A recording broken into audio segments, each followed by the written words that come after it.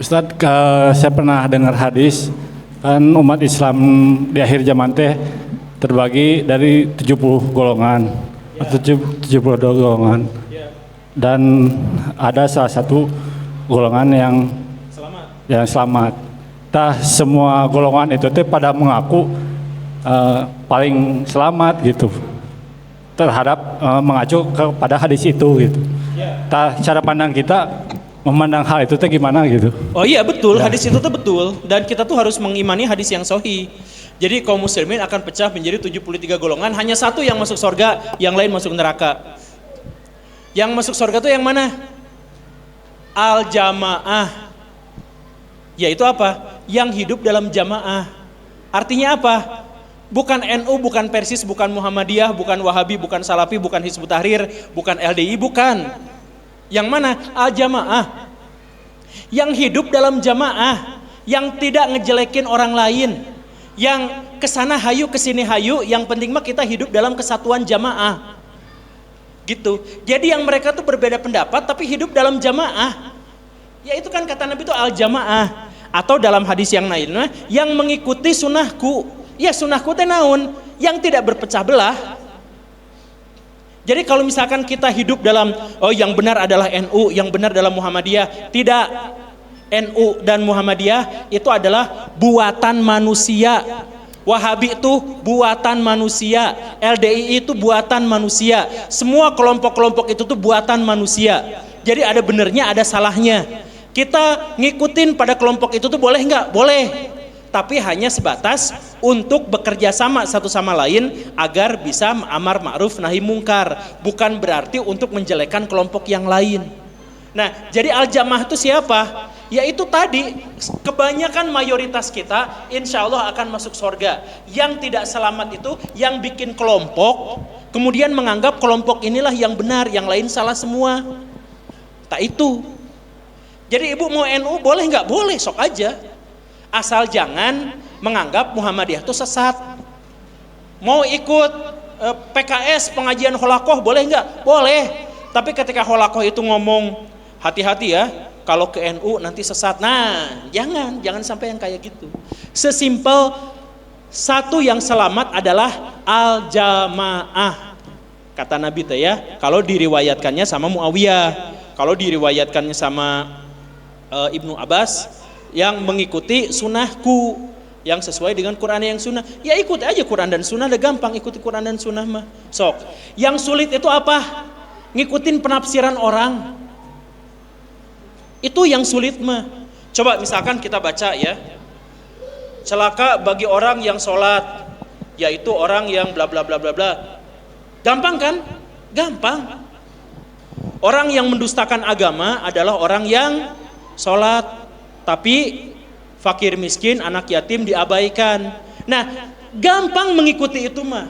Yang sulit itu apa? Yang sulit itu adalah, Pak Ustadz, apa hukumnya menyembelih seekor sapi di malam Jumat Kliwon jam 1 malam di tengah telaga yang warna airnya itu hitam kecoklat-coklatan, yang pada waktu itu ada 7 orang yang sedang mandi air keramat di situ, yang di situ itu yang 7 itu tuh bawa mobil masing-masing satu, yang satu Pajero Sport tapi yang 5-nya Innova. Nah itu yang bikin kita sulit mah. Kita nih di akhir zaman, salah satu dosa terbesar kaum muslimin itu apa coba? Bertanya sehingga memunculkan syariat baru. Itu. Dan kita mah kalau bertanya tuh ke Pak Ustadz teh, Ustadz hukumnya ini apa? Hukumnya itu apa? Itu yang bermasalah teh. Padahal di dalam Quran dan Sunnah mah sok cek hadis mana yang sahabat nanya ini hukumnya apa? Gak ada. Nabi tuh bertanyanya, ya Rasul gimana kalau kita pingin mati dan nanti di surga ingin bersama engkau? Itu pertanyaan itu yang kayak gitu. Gimana caranya agar Allah Subhanahu wa taala sayang sama kita? Itu pertanyaannya. Hari sekarangnya pertanyaannya jadi hukum. Karena apa? Karena kalau hukum itu teh jadi menurut penafsiran ulama anu, akhirnya kita pusing sendiri. Boleh nggak kita ngikutin penafsiran ulama? Boleh. Boleh banget karena kita kurang berilmu. Boleh sekali. Tapi kalau kita akhirnya membanding-bandingkan, kemudian pusing sendiri, akhirnya tidak melaksanakan. Nah ini contohnya seperti yang tadi. Sama Nabi tuh diwajibkan kita tuh untuk tidak merusak lingkungan. Benar kan? Ada kerusakan di daratan dan di lautan, dan itu disebabkan oleh ulah tangan manusia dan bla bla bla, nanti dikasih musibah dan sebagainya. Berarti merusak lingkungan itu haram. Benar kan? Ada ilmuwan Jepang 30 tahun seorang diri mikirin gimana caranya menciptakan mobil yang tidak merusak lingkungan. Ada orang Cina 50 tahun mikir gimana caranya agar bikin kendaraan yang tidak merusak lingkungan. Kita mah adu dalil, berdebat. Ayat ini kumaha, ustadz ini dikumpulkan, ustadz ini diperdebatkan dan sebagainya. Tapi ada nggak di antara kita yang bikin mobil listrik? Nggak ada. Jadi agama tuh cuma di lisan saja. Padahal kata Nabi, agama yang di lisan saja tuh seperti anak panah yang lepas dari busurnya, keluar dari agama Islam secepat itu. Karena apa? Kita mah cuma di lisan, perdebatan. Coba di dalam Islam kita tuh harus rahmatan lil alamin. Artinya apa? Ayat Al-Quran paling panjang apa coba? Ayat tentang catat mencatat dalam transaksi. Kalau punya penghasilan catat, kalau punya hutang catat. Itu teh ayat. Yang kita lakukan apa? Diperdebatkan ayat itu teh. Ada nggak bapak ibu di sini yang mencatat kalau berhutang? Ada nggak bapak ini kalau punya penghasilan dicatat, punya pengeluaran juga dicatat? Enggak, jarang sekali di antara kita yang seperti itu. Yang melakukan itu siapa? Cina. Makanya mereka kaya. Hari kita miskin karena kita tidak menjalankan Quran. Kenapa kita tidak menjalankan Quran? Kita memperdebatkan Quran itu dengan tafsiran ini, tafsiran itu. Coba ayat yang paling awal turun, ayat supaya membaca. Kalah ke orang Amerika yang suka membaca, kalah ke orang Inggris yang suka membaca. Hari kita salah satu negara paling sedikit membaca. Bahkan di Indonesia mah dari 1000 orang cuma 1 yang biasa baca buku.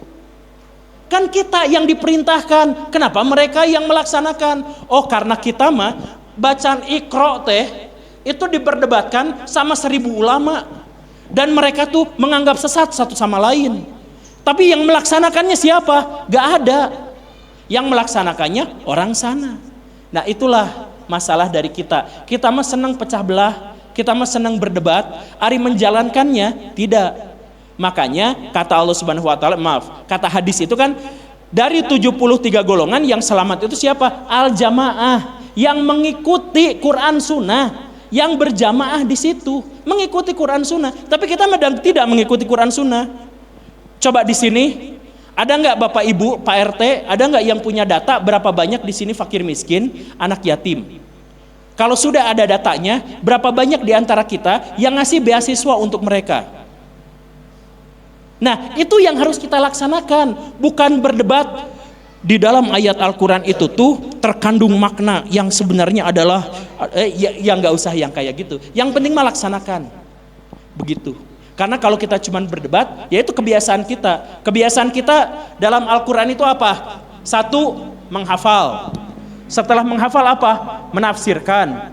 Setelah menafsirkan apa? Memperbaiki kembali makhrajul hurufnya. Setelah itu apa? Memperdebatkan. Setelah memperdebatkan apa? Mengajarkan murid-murid kita untuk berdebat dengan murid-muridnya, guru dari orang lain. Begitu terus. Coba, makanya ini masjid nih, ini masjid. Masjid ini bisa nggak dibangun tanpa arsitektur dan tanpa ilmu matematika? Nggak mungkin. Nah, jadi gimana cara untuk bikin masjid? Harus menguasai ilmu matematika. Tapi sama ustadz-ustadz yang suka menyalahkan orang lain, itu biasanya disebut matematika mah ilmu duniawi, tidak akan ditanya di akhirat. Padahal kita bikin masjid pakai matematika, kita zakat juga pakai matematika, kita nanti nyembelih kambing juga pasti matematika. Nah gitu, jadi kita mah sibuk untuk salih salahkan.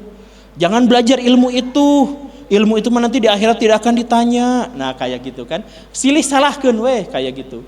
Jadi akhirnya kita menjadi umat yang ketergantungan sama bangsa lain, boro-boro jadi rahmatan lil alamin. Begitu Bapak Ibu. Ya semoga ini jadi bahan pelajaran ya. Terima kasih.